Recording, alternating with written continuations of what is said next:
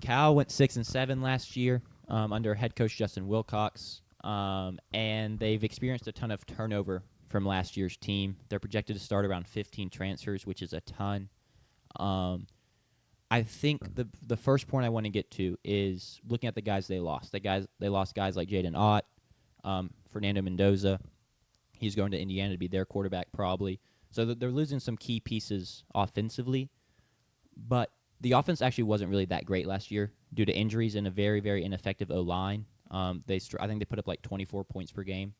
Ineffective, you said? Yes, ineffective. Yeah. They struggled to really get the job done despite the names they had and kind of the fame they got from beating Auburn week 2. I feel like they kind of became a fan favorite last year, and that kind of fizzled down the stretch. They lost a ton of close games. I think the hot-to-go parody of Jaden Ott also helped.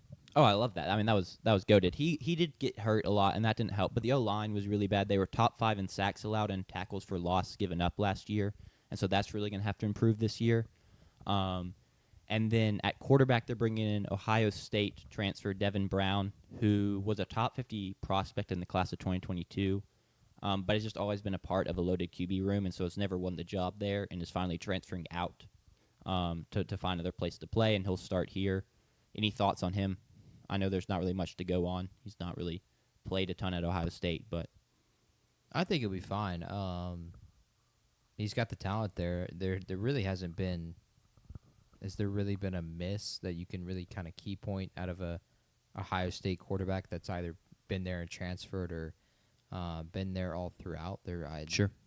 You can think of all the big names, especially the transfers. Quinn Ewers, Joe Burrow, two that come to mind. Not that Devin Brown's going to be that, but even Kyle McCord was really good for Syracuse last year. So it's not like he's bad. So I expect him to play well this year for Cal, and I think that'll help them this season as they try to build off what was actually a good year for last them, year. for sure. For them, for sure. Cal is historically, at least in our age, in our generation, has not been good. Gone are the days of Aaron Rodgers and Marshawn Lynch. Yeah, they've been far removed from that for the better part of a decade.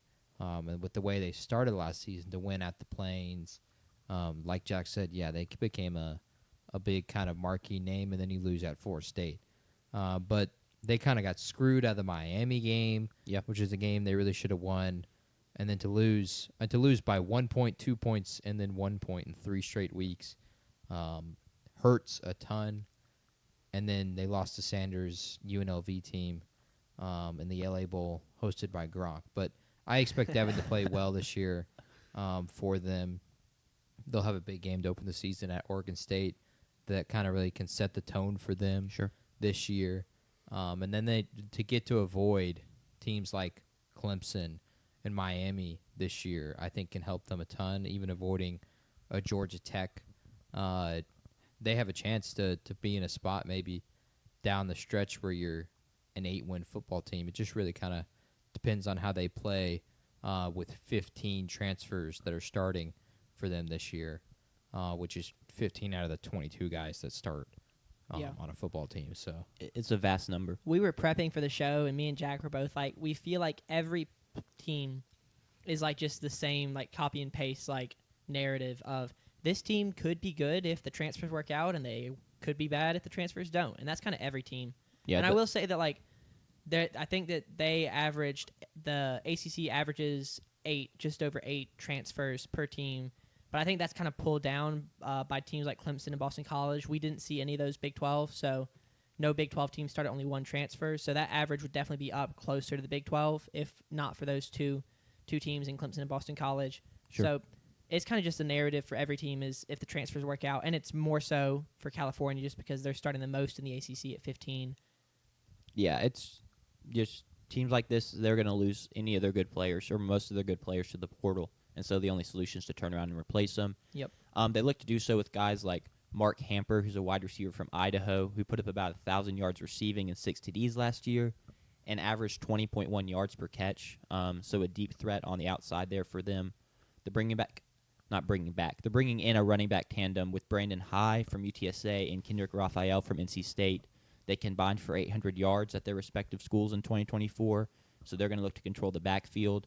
Then 2 returners to look out for on the defensive side of the ball are Cade Uluave, who had 71 tackles last year, and then Ryan McCullough, who played linebacker there as well and had 19 tackles and 3.5 sacks for them.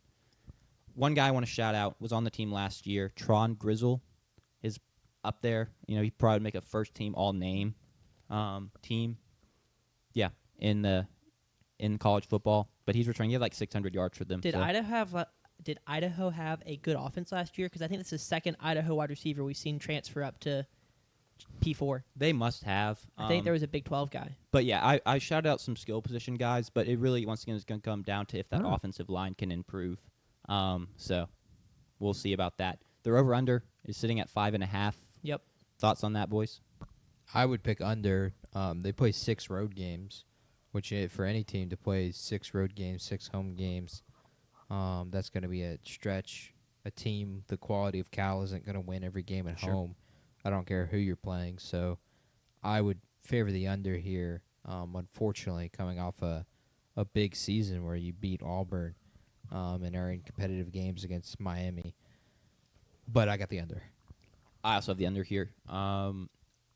I've mentioned so many times the O-line was bad last year, and in research I didn't see anything that convinced me that the offensive line was going to get any better. So, yeah, I'm also going under. Their schedule, I mean, it starts off at Oregon. Oregon State was not good last year, right? Washington State won that conference. Yeah, they won the Pac-2. Then you got Texas Southern, Minnesota. It's just, I don't really see any spot on that schedule. Maybe Virginia Tech and Virginia back-to-back. The schedule is just not great. And then Stanford at the end of the season on the road at Stanford and then at SMU to finish it. It's just, I'm going to have to go under as well. Yeah, I mean, I don't think they'll be the worst team in this conference, but I don't see a bowl game happening for them this year.